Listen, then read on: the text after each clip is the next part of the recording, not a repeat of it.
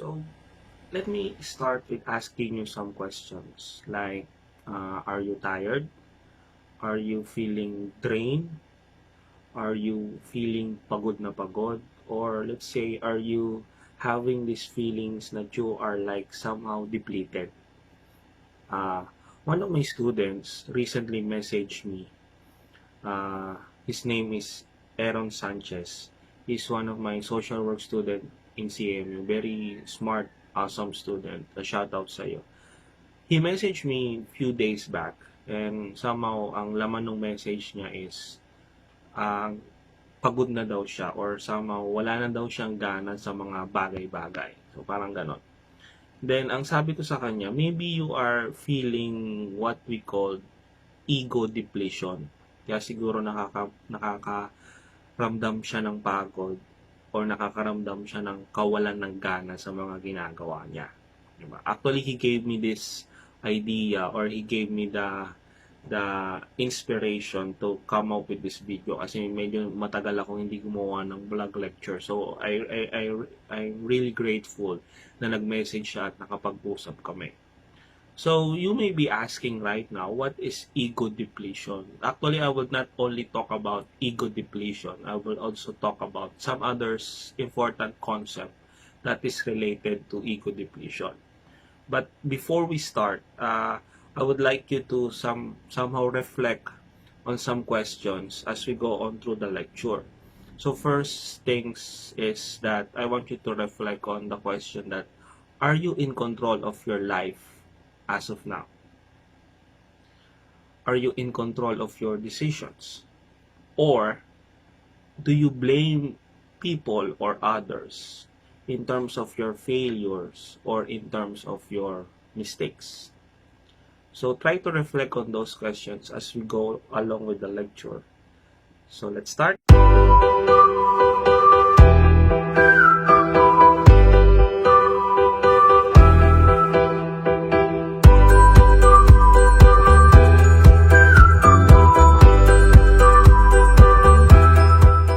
So they say that human beings have this some sort of desires. Well, tama naman yun. Lahat tayo, meron talaga tayong kagustuhan or mga hinahangad sa buhay. Being humans, having desires are part of being humans. And to have desires is to be humans. And having these desires go along through the process of life. When you were young, you have these concrete desires like mga bata tayo, di ba may mga kagustuhan tayo ng laruan. We want toys, we want candies, we want more time in school, 'di ba? We don't want to do homeworks, we just want to play around, we want to grow taller, we want to have more money, something like that, 'di ba? Yung mga bata tayo, may mga ganun tayong kagustuhan. Pero as we grow older, this forms of desires becomes more abstract in some sense, 'di ba? We desire for love, we desire for belongingness, we desire for success, achievement, okay, we desire for power, we desire for excellence. So it becomes more abstract as we grow old or as time passes. But the thing is with desires is that desires is associated with motivations. So it's basically motivations, kumbaga ba. But it's associated more of pleasure and satisfaction. Especially when we achieve those desires, and at the same time, it releases displeasure if we gain or if we attain those certain goals or desires. But desires is not entirely bad. Always remember that.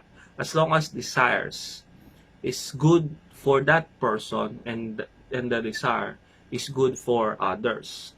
Basically, dun lang tayo mag-focus. Huwag tayo doon sa desires na medyo negative ba. Okay? And the thing is with desires, you have two types of desires. You have short-term desires and you have long-term desires. When you say short-term desires, we're talking about their mostly concrete forms of desires. Ito yung, let's say, if you're hungry, you eat. If you're thirsty, you drink water. If you're feeling tired, you take a rest, you take a nap. If you want to watch movies, you turn on the TV, you turn on your phone, something like that. Those are short-term desires. When you say long-term desires, these are more abstract in some sense. These are the need for education, the need to gain knowledge, the need to gain social status, the need to achieve. Okay? Well, basically, we have those two forms of desires. Diba? Right now, you need to eat, pero you need also there's a desire to finish, to have a stable job, to finish school, diba? So we have those two forms of desire. But the thing is, with these two forms of desires, the short terms and the long term, they go in conflict, especially when the short term desires becomes the temptation. Okay? Kasi nagiging temptation yung short term desires. Okay?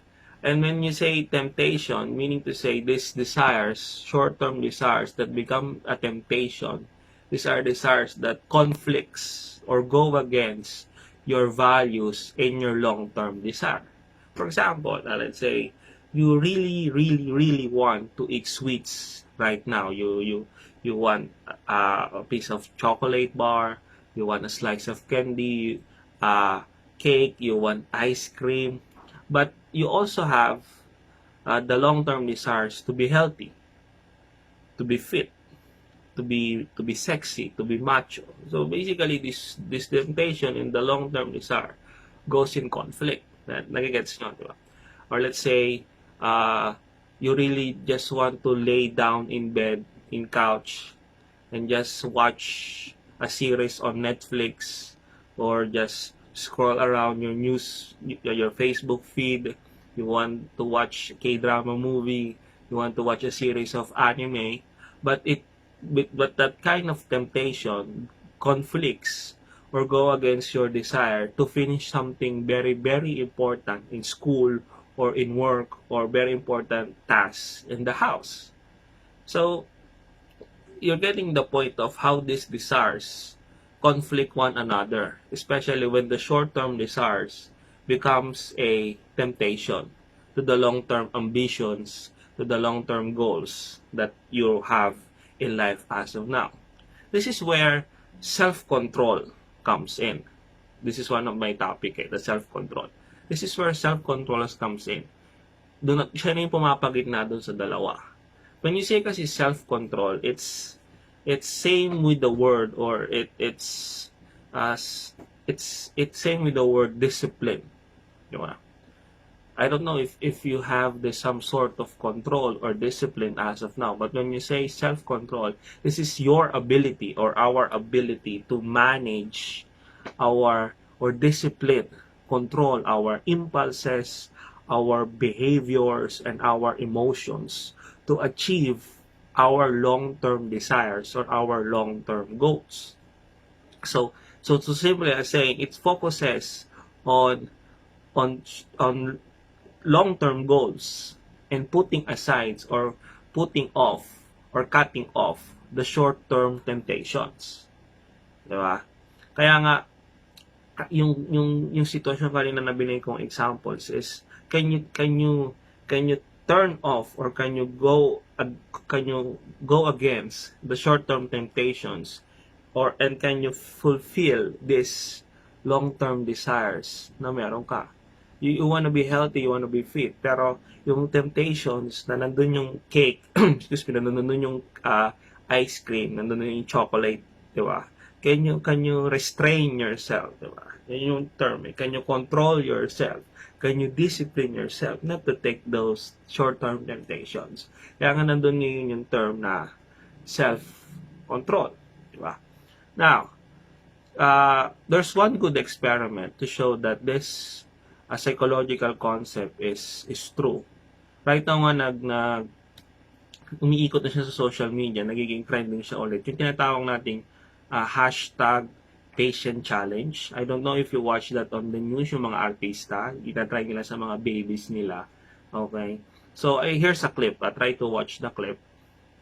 Mga kapuso, may nauusong ngayong challenge na sumusubok sa pasensya ng mga bata. Pati ilang local at Hollywood celebrities tinest ang kanilang kids. Narito ang aking chika.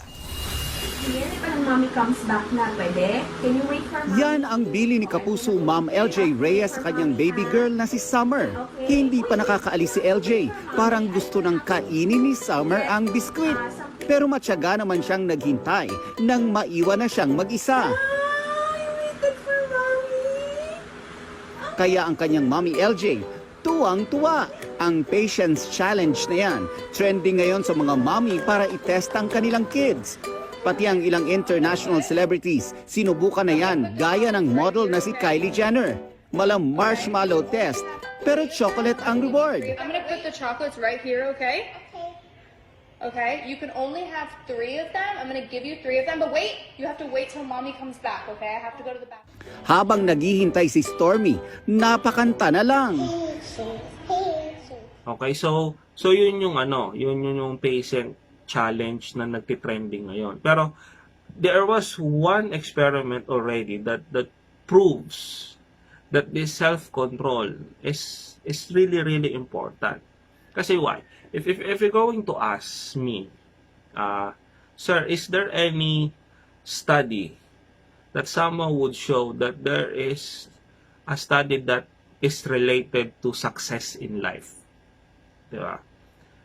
If you're going to ask me that question, na meron bang study, sir, na related sa pagiging successful sa buhay? Or is there a study that would show how to achieve this long-term desires? Meron po, and that is what you call the marshmallow test. The marshmallow test shows a significant correlation between self-control and success in life. So I'll give you the marshmallow test. So try to watch it. It's fun. So try to make an assessment on this.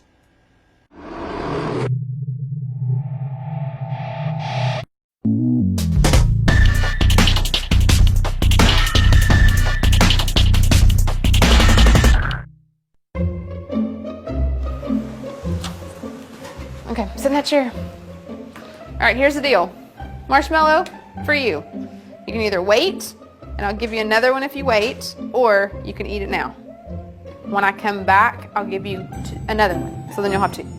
But stay in here and stay in the chair till I come back, okay? All right.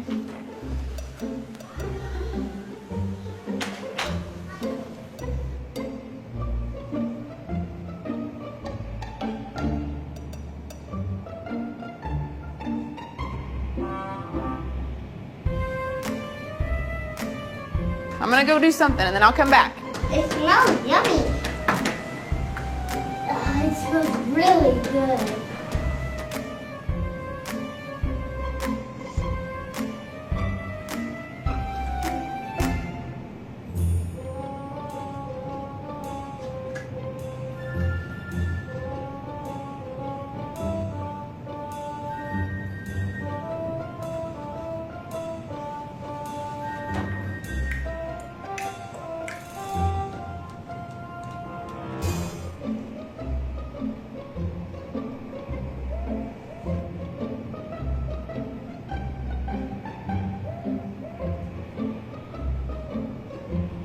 All right, so it's up to you. You can have it now or you can wait. Okay?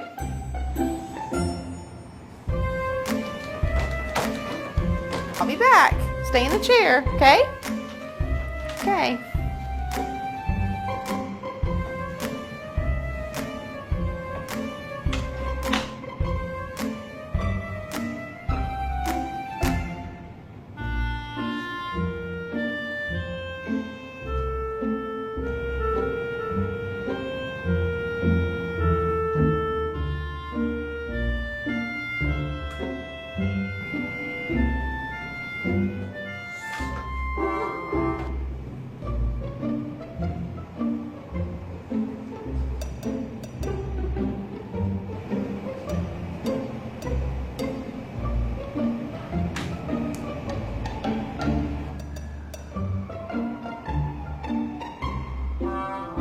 All right, so I'm gonna leave and then I'll come back, okay? So you can either eat it right now or you can wait. Either way, okay? Okay.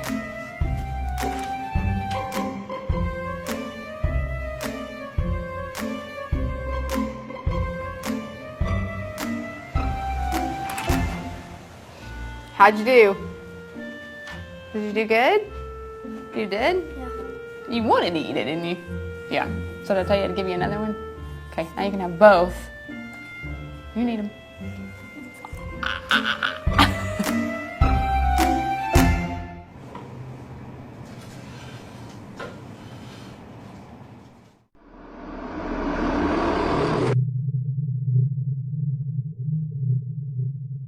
On this. Okay.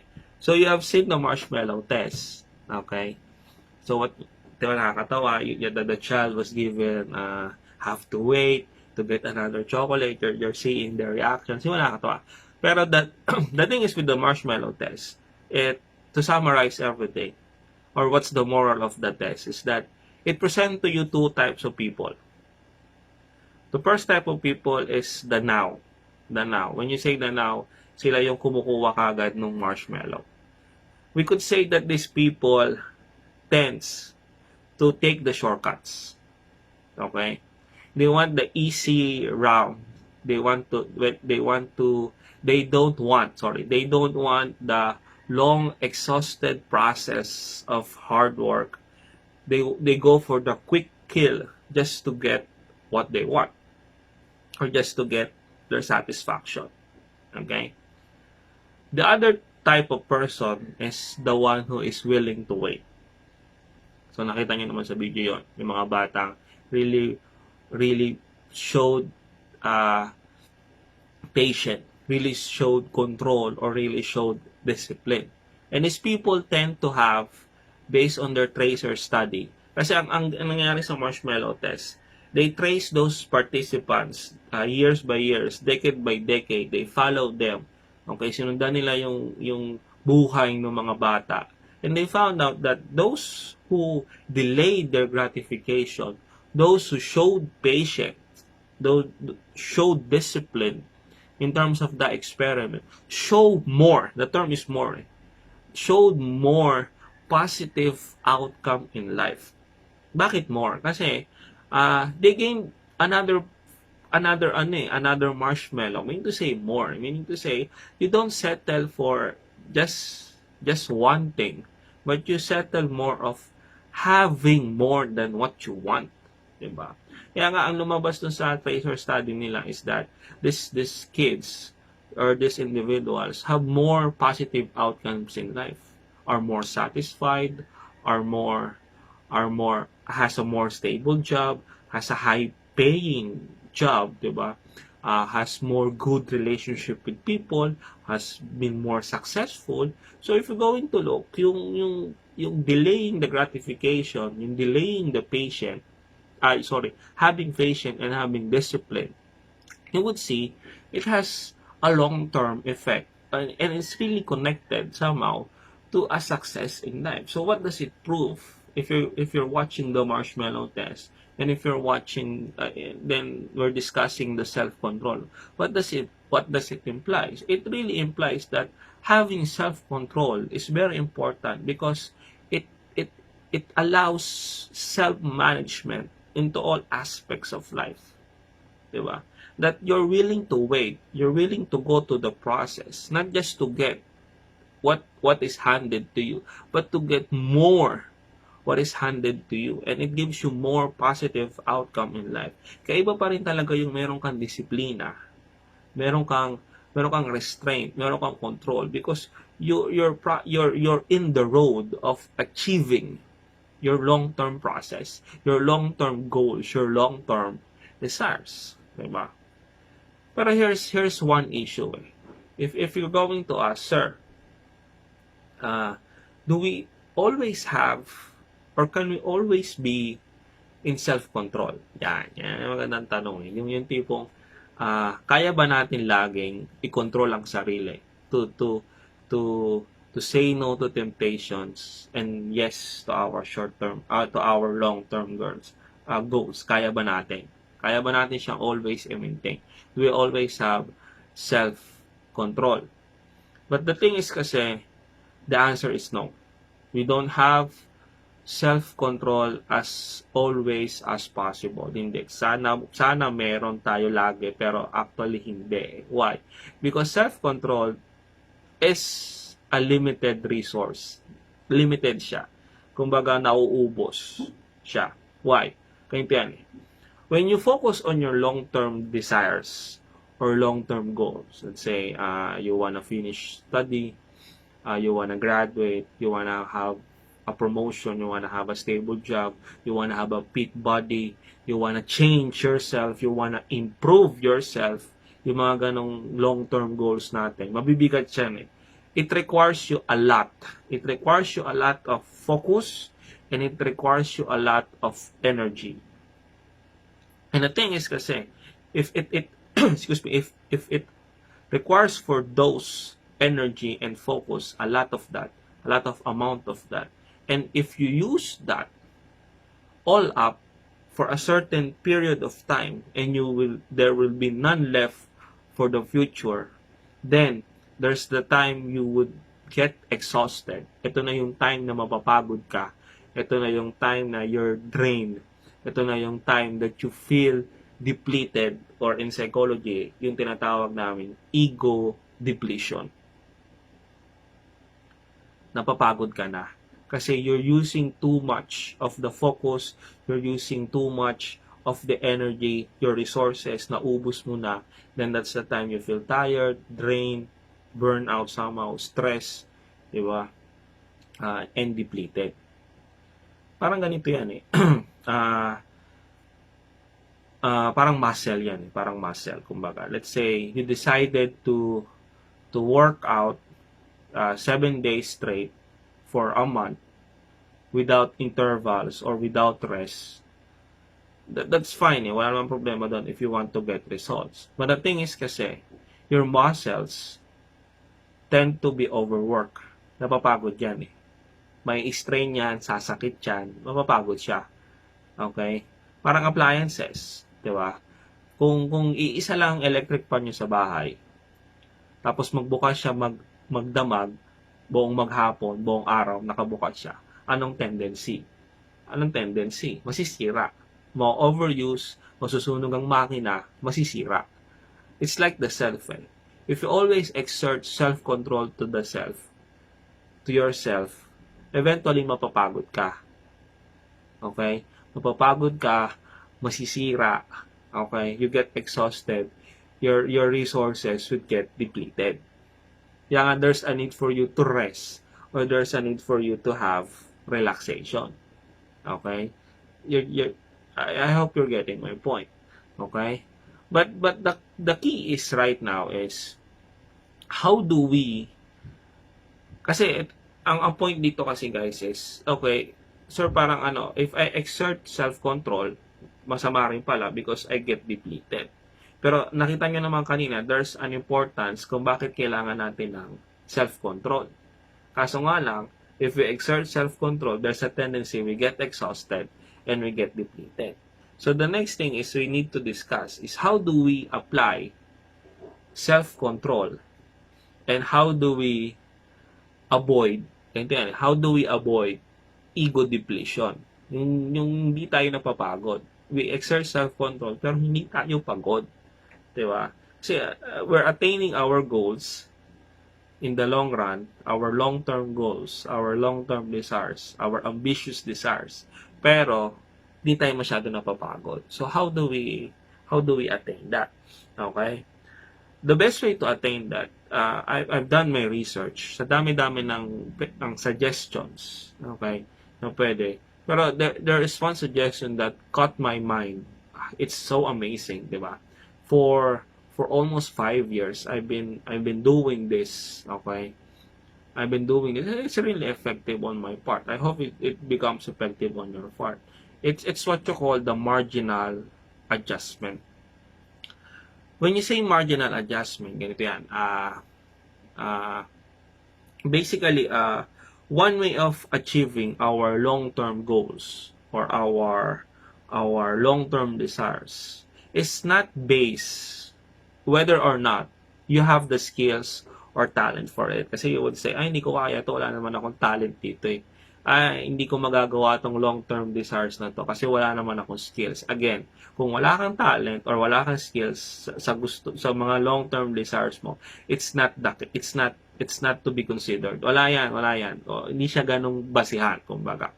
But if you want to achieve these long-term desires or long-term goals, it's not about whether or not you have the skills or talent, but it's about the decisions you make in life. Okay? Makapagtaka, what do I mean by the decisions we make in life? It's about making the right decisions kasi. It is about making the right decisions to make correctly every day in your life if you want to achieve this long-term desires or long-term goals. Kasi if you start now having these little tiny decisions in life, that is what you call making the marginal adjustment. Okay, ganito yan. Let's say, well, everyone naman has a long-term goals. Tama? Lahat tayo meron. Okay? Right now, here's a challenge.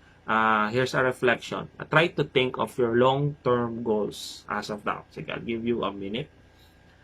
30 seconds. Sige, isip kayo.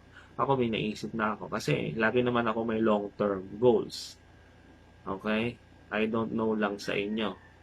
Okay, so may naisip na kayo. Okay.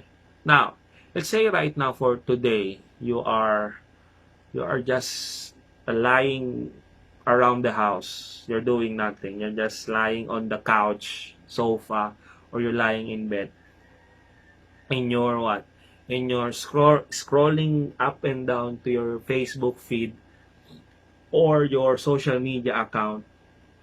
Careless kung ano siya. You're just scrolling, or let's say you're just clicking through the channels of your TV with your remote, or just clicking through the Netflix, okay, etc., etc. But at that moment, when you decided to put down the remote, to throw away your phone, and you decided to wear your exercise suit or your exercise clothes, your rubber shoes, or you decided to get the book and read, or you decided to take the pen and start a task or activity that was delayed before, or you decided to close Facebook and go to YouTube tutorials and see the tutorials of the skills or talent that you want to learn. And that is what I mean. You make a marginal adjustment. I hope you get my point. Kasi when you say marginal adjustment, it's about making these little tiny decisions that you have to make correctly every day in your routine, in your daily process. You apply these decisions every day in your routine. And that is what I mean by marginal adjustment. And that is one way to achieve your goal. Kasi if you don't decide right now, on the bed or on the couch, on doing those examples kanina, there is no decisions to be made if you want to change to yourself. Kumbaga, the saying that if you want to change something in yourself, if you want to improve yourself, if you want these long-term ambitions to be done or to be achieved, to be attained, it starts with having these decisions, the little decisions in your daily routines, life. You must do it. Mag-decide ka muna na gagawin mo siya, 'di ba? Para mangyari itong mga bagay na 'to, 'di ba? It's like this eh. Kung naisip mo siyang gawin, naisip mo siyang dapat ko itong gawin. Pero kung wala ka namang, di ka pa nagde-decide kung when or how will you do the action, or when or how you will do it, wala talagang mangyayari. The long-term decision will just be in the head. The long-term goals, the long-term desire, these ambitious dreams that you have will all be in the head. Kasi you never decided one act, diba? You never had the book, diba? You never run talaga. You never lifted the weights, diba? You never started the essay, you never started the work talaga, then wala talagang mangyayari, diba? Kaya nga, it's up to you to make the marginal adjustment. You have to decide when, how, why, diba? You're going to do the actions. Diba? Ganito yan. I'll give you a personal example. Actually, it took me 5 years to take the board exam. I graduated 2013. Then I just took the board last year, 2019. So, ilang taon? Actually, parang 6 years pa nga. 6 years before I took the board exam. Why? I was blaming. I was blaming factors. Talaga. Una-una, I was blaming myself. Because, well, when I decided to take the board exam, I said to myself, okay, I will take the board exam, pero I'll give myself a challenge na I would not take the board exam. I would take the board exam, without any review center or without attending any review center. Diba? Mga challenges ko sa sarili ko. Okay, take ko yung board ng walang review center. Diba?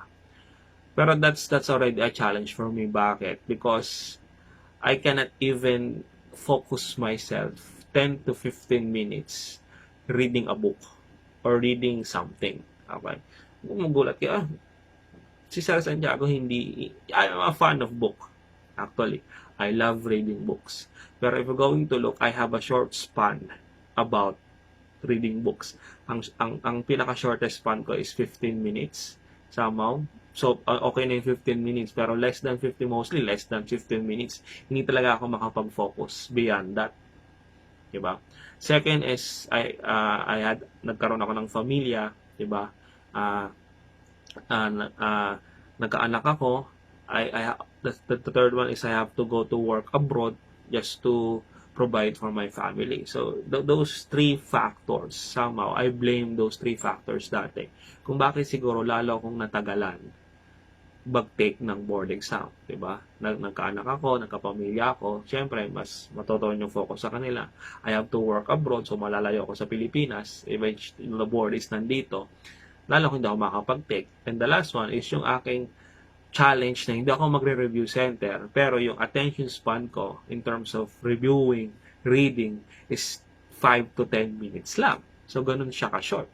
So if you're going to look at my factors, talagang napakatagal siguro kung bakit ang tagal ko nag-take ng board exam.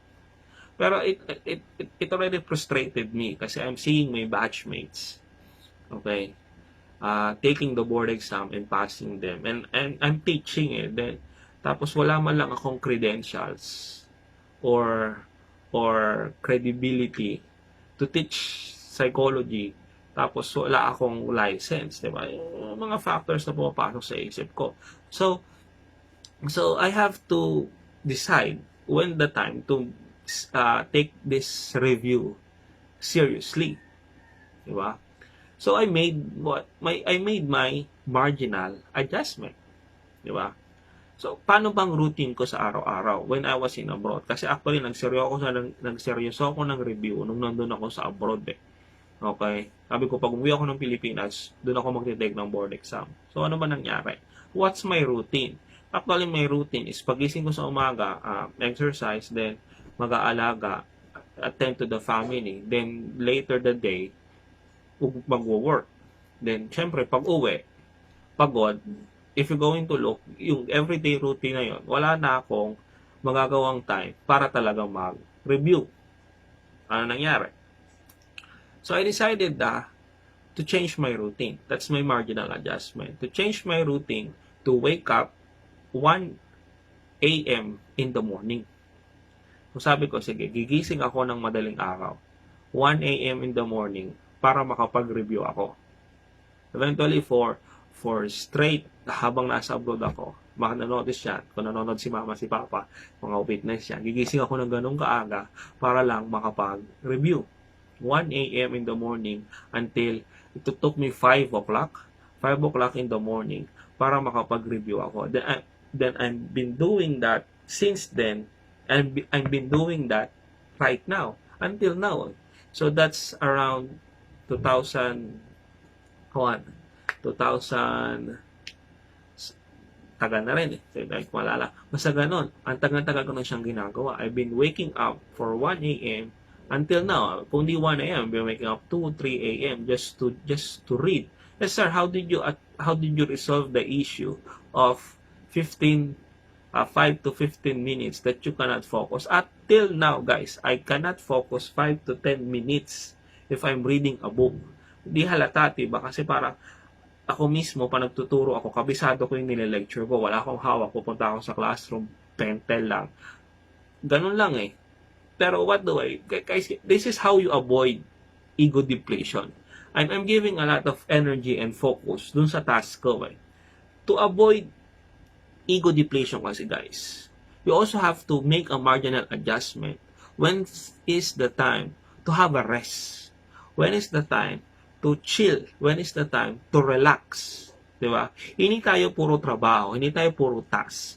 Kailangan pa rin talaga sa buhay natin, kailangan natin magpahinga. Kung hindi, yung katawan natin, ma-overuse, parang appliances, masisira, parang muscle, mapapagod. Pero you have to make that decision. When would you relax? Would you just lay down? When will you just do nothing for a day? In my part, during my review, kasi hindi man ako makapag-focus ng 10 to 15 minutes. Pagtapos ng 15 minutes, so let's say, alulo na yung aking yung aking mind, wala na, umiikot-ikot na, hindi na ako makakonsentrate. Hindi ako magre-review, hinto ako. Gagawin ko, I'll Facebook.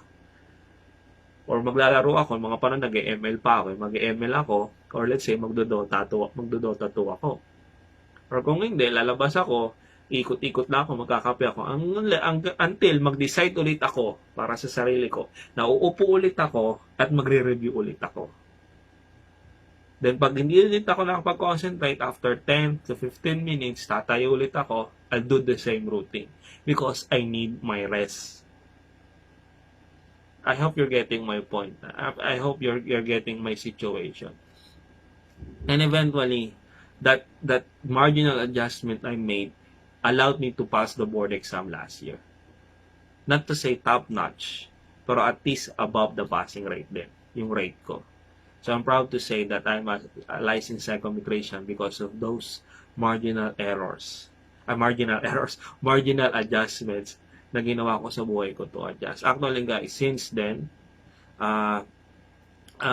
since I don't concentrate talaga, in terms of reading, I have a bad study habit. I'm undisciplined in terms of books.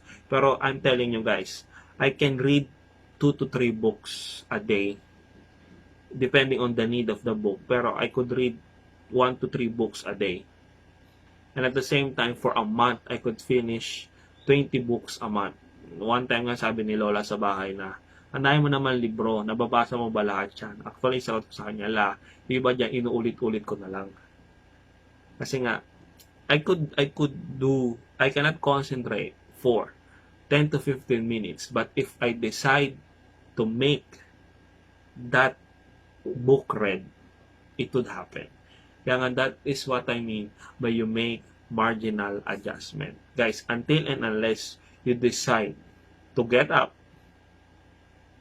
started exercising, you get up, started grabbing the book, you get up, start to work on your tasks, your delayed tasks from school or from work, whatever it is, or you do something until you decide to make that action, that long-term goal would be possible.